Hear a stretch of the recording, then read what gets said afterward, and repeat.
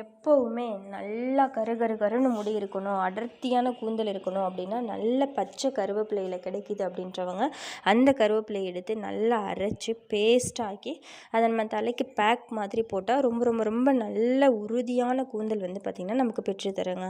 அதோடு மட்டும் இல்லாமல் இந்த கருவேப்பிலை இலையில் வந்து பார்த்திங்கன்னா carbohydrate, protein, fibre, calcium, phosphorus மற்றும் அயன், அதோடு மட்டும் இல்லாமல் vitamin A, vitamin B, vitamin C, vitamin E, இதெல்லாம் இவ்வளோ சத்துக்களும் வந்து பார்த்திங்கன்னா இந்த கருவேப்பிலை இலையில் இருக்குதுங்க.